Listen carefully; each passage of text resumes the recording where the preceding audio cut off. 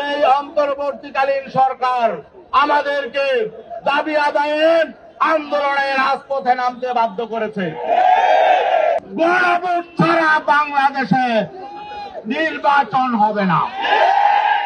2024-এর জুলাই বিপ্লব এবং 5 আগস্টের অভ্যুত্থান পরবর্তী আমাদেরকে রাস্তায় নেমে আন্দোলন করতে হবে, দাবি আদায়ের জন্য সংগ্রাম করতে হবে, এটা আমরা ভাবি নাই।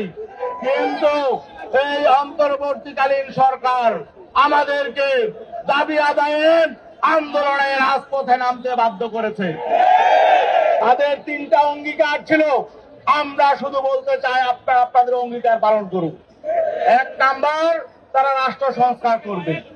আর রাষ্ট্র সংস্কারের জন্য সংস্কার কমিশন হয়েছিল, ঐক্যমত্য কমিশন হয়েছে, জুলাই সনদ হয়েছে, জুলাই সনদ স্বাক্ষরিত হয়েছে। জুলাই সনদের বাস্তবায়ন আদেশের জন্য সকল রাজনৈতিক দলগুলো একমত হয়েছে, গণভোটের ব্যাপারে একমত হয়েছে। এখন গড়িমসি কিসের? আগামী 10 তারিখের মধ্যে জুলাই সনদের বাস্তবায়ন আদেশ না হলে ঢাকা শহর আমরা লোকারণ্য করে সমাবেশ করবো ইনশাল্লাহ। আর গণভোটের তারিখের মধ্যে ঘোষণা করতে হবে। নির্বাচনের সাথে গণভোট হবে না, একসাথে তফসিল হবে না, গণভোটের তফসিল আগে হবে। আর আমরা বলেছিলাম নভেম্বরের মধ্যে গণভোট দিতে, আপনারা গড়িমসি করে সময় যাপন করেছেন। এখন যদি নভেম্বরে দিতে না পারেন, যেদিনই দেন নির্বাচন আগে দিতে হবে। প্রয়োজনে নির্বাচন ফেব্রুয়ারিতে হবে না, আরো 2 মাস পরে হবে।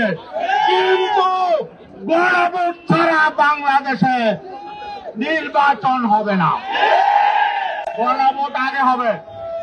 রাষ্ট্র সংস্কার নিশ্চিত হবে, তারপরে নির্বাচন। রাষ্ট্র মেরামতের জন্য আমাদের সন্তানরা জীবন দিয়েছে, কৃষক শ্রমিকরা জীবন দিয়েছে, রক্ত ঝরেছে।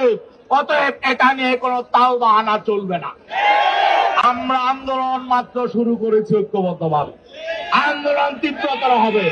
আপনারা যদি আন্দোলন চান, আমরা আন্দোলন দেখাবো।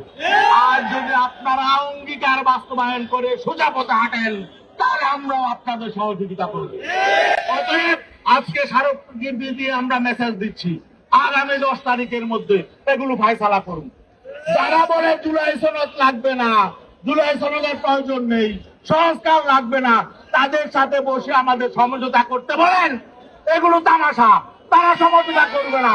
যারা সংস্কার চায় না, যারা অতীত কর্তৃত্ববাদী আবার ফিরিয়ে আনতে চায়, যারা রাষ্ট্রটাকে বিশ্বের বুকে 1 নম্বর দুর্নীতিগ্রস্ত করতে চায়, তাদের সাথে আমাদেরকে বসে সমঝোতার কথা বলবেন না।